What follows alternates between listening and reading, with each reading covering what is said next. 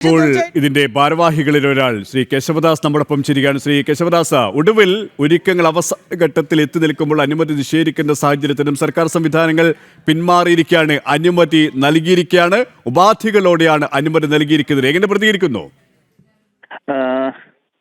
കഴിഞ്ഞ ദിവസം നമ്മൾ വളരെ ശക്തമായി തന്നെ പ്രതികരിച്ചിരുന്ന ഈ വിഷയത്തിൽ. കാരണം നമുക്ക് കഴിഞ്ഞ 2 മാസമായിട്ട് നമ്മൾ ഈ അനുമതിക്ക് വേണ്ടിയിട്ട് ഇതിന് പിന്നാലെ നടക്കുകയായിരുന്നു. ഈ പ്രോഗ്രാമിന് അനുമതി നിഷേധിച്ചുകൊണ്ട് കഴിഞ്ഞ തവണ സ്റ്റോപ്പ് മെമ്മോ വന്ന സമയത്ത് അത് വ്യാപകമായ പ്രതിഷേധത്തിനിടയാക്കിയിരുന്നു.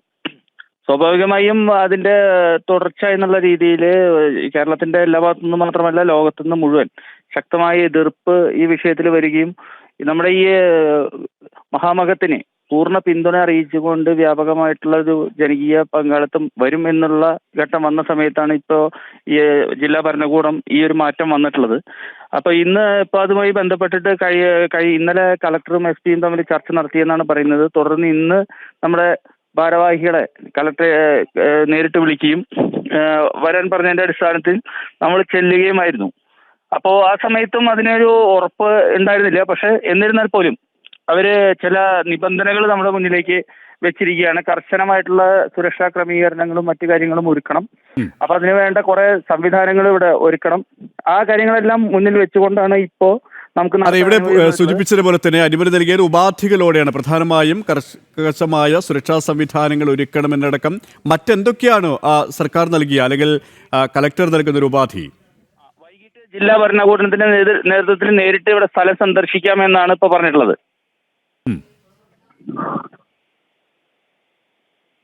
തുടരാം, പറഞ്ഞോളൂ.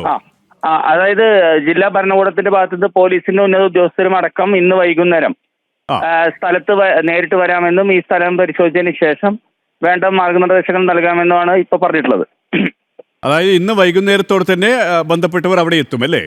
തീർച്ചയായിട്ടും ഇന്ന് ഒരു 4 മണിയോടുകൂടി തന്നെ എത്തുമെന്നാണ് അറിയിച്ചിട്ടുള്ളത്. യെസ്, ഏതായാലും ഈ മാഘമഹോത്സവം നടക്കാനുള്ള എല്ലാ അനുമതിയും ജില്ലാ ഭരണകൂടം നൽകി കഴിഞ്ഞു. തീർച്ചയായിട്ടും അനുമതി ലഭിച്ചു കഴിഞ്ഞിരിക്കുകയാണ് ഇപ്പോൾ.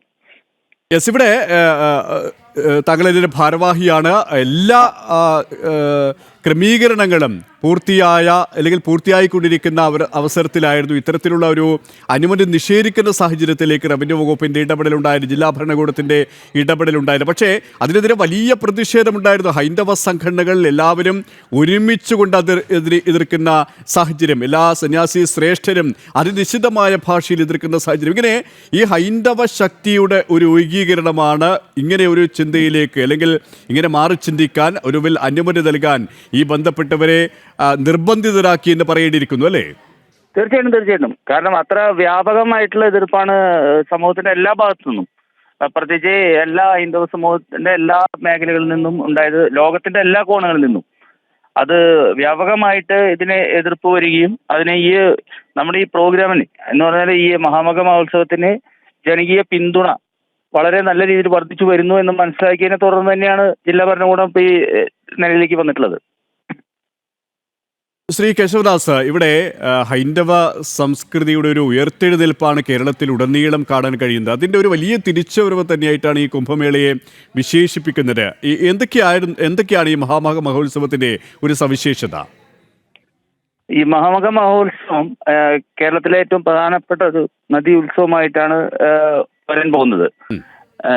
കാരണം ഇതിൽ നമുക്കറിയാം, കുംഭമേള ഉണ്ടാക്കിയ ഒരു പ്രചാരം ഈ കഴിഞ്ഞ മഹാകുംഭമേളയെ തുടർന്ന് പ്രത്യേകിച്ച് കേരള സംസ്ഥാനത്തിലെ ജനകീയമായ അല്ലെങ്കിൽ ഹൈന്ദവ സമൂഹത്തിനുണ്ടാക്കിയ ഒരു ഉണർവ്, ഇതെല്ലാം ഇത്തവണത്തെ നമ്മുടെ ഈ മഹാമക മഹോത്സവത്തിലും പ്രതിഫലിക്കും എന്ന് തന്നെയാണ് നമ്മൾ പ്രതീക്ഷിക്കുന്നത്.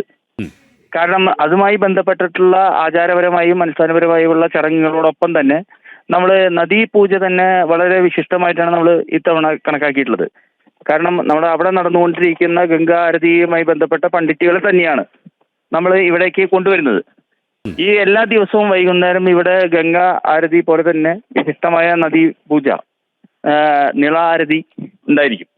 അത് ഇതിലെ ഏറ്റവും പ്രധാനപ്പെട്ട ഒരു ചടങ്ങാണ് സ്നാനത്തിനോടൊപ്പം തന്നെ. അതെ.